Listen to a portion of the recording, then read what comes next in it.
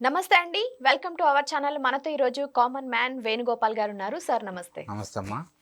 Sir Seediri Appalaraju ఏదైతే సాక్ష్యాలను తారుమారు చేసిన కేసులో జైలుకెళ్లారో ఆయన్ని పరామర్శించడానికి జగన్ గారు వచ్చారు. అసలు ఎవరైతే బాధిత కుటుంబం ఉందో కనీసం వాళ్ళ వంక కన్నెత్తి కూడా చూడకుండా జగన్ గారు నిన్న చాలా మాటలన్నారు. ఆయనకి 40 ఇయర్స్ దాటింది, ఏం కాదు ఆయన చనిపోయినా అన్నట్టుగా కూడా ఆయన మాట్లాడారు. 18 ఏళ్ల కుర్రోడు, ఈయనకి ఇంకా చాలా వయసుంది అని కూడా ఆయన అన్నారు. అలానే సిపిఆర్ చేశారు. అంటే సిపిఆర్ అంటే ఏంటో కూడా ఆయనకు తెలియలేదు యాక్చువల్‌గా. అసలు ఈయన మాటల్ని, ఎళ్ళిన పనేంటి, ఈయన పెట్టిన మీటింగ్‌లేంటి, అలాగే ఆ మీటింగ్‌కి అక్కడ చేసిన వైసీపీ కార్యకర్తలు చాలా హడావిడి చేశారు.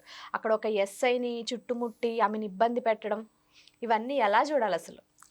ఇది మా అన్నయ్య గారు ఎలివేషన్స్ అమ్మా. ఎలాగంటే సీదిరి అప్పలరాజు గారు అన్నారు చూడండి, ఆయన ఒక స్వతంత్ర సమరయోధుడు. అట్లాంటి ఆయనకి జైల్లో పెట్టారు కనుక పరామర్శకి వెళ్ళాలంటే కనీసం మ్యాక్సిమం ఒక 1000 కార్లు ఉండాలి కదా, రప్ప రప్ప బ్యాచ్ ఒక 1,00,000 మంది ఉండాలి కదా. అట్లా ఏంటంటే అన్నయ్య గారు ఎలివేషన్స్ కోసం వీళ్ళందరినీ పిలిపిస్తారు. 40 నియోజకవర్గాల నుంచి మా జన సమీకరించారమ్మా. ఒకటి కాదు, రెండు కాదు. పోనీ సీదిరి అప్పలరాజు గారు ఏమైనా ఒక సైంటిస్టా?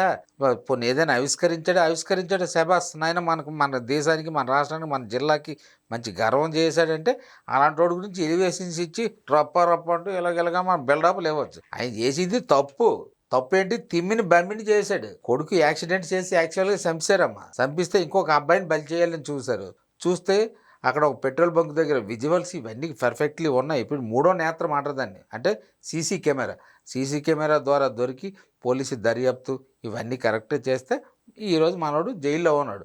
ఆ జైల్లో ఊసలు లేకపోతే ఈయన పరామర్శకు అనమాట ఎలివేషన్ బిల్డప్లతో వచ్చారు. అంతకుమించి మరి ఉత్తరాంధ్రాన్ని బాగు చేయడానికి గట్టి కాదు. తర్వాత ఇంకొకటి ఏంటంటే, మరి రేపు మోడీ గారు వస్తున్నారు ఉత్తరాంధ్రలో.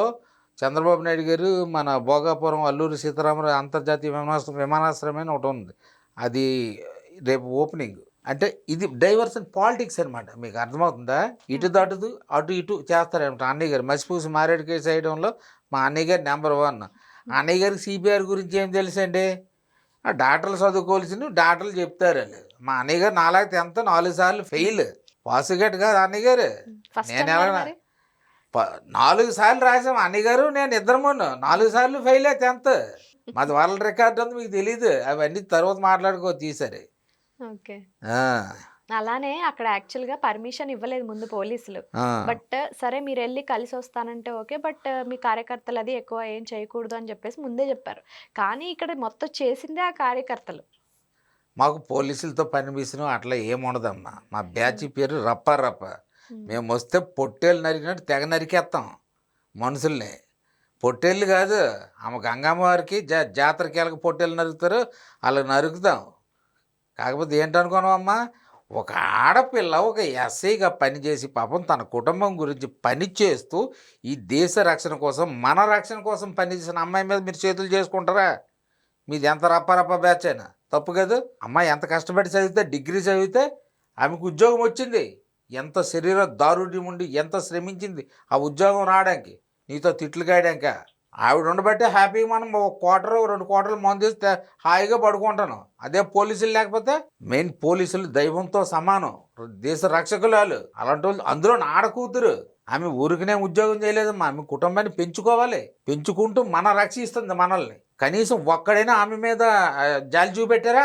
అంతెందుకమ్మా, గొర్రెలు కాపురు దానయ్య గారు 44 ఏళ్ళకి చనిపోయారంటే, 44 ఏళ్ళు అంటే ఆయుర్దాయం 44 ఏళ్ళేనా మనిషికి? యాక్చువల్గా ప్రజెంట్ అయితే పోనీ ఒక 80 వేసుకుందాం.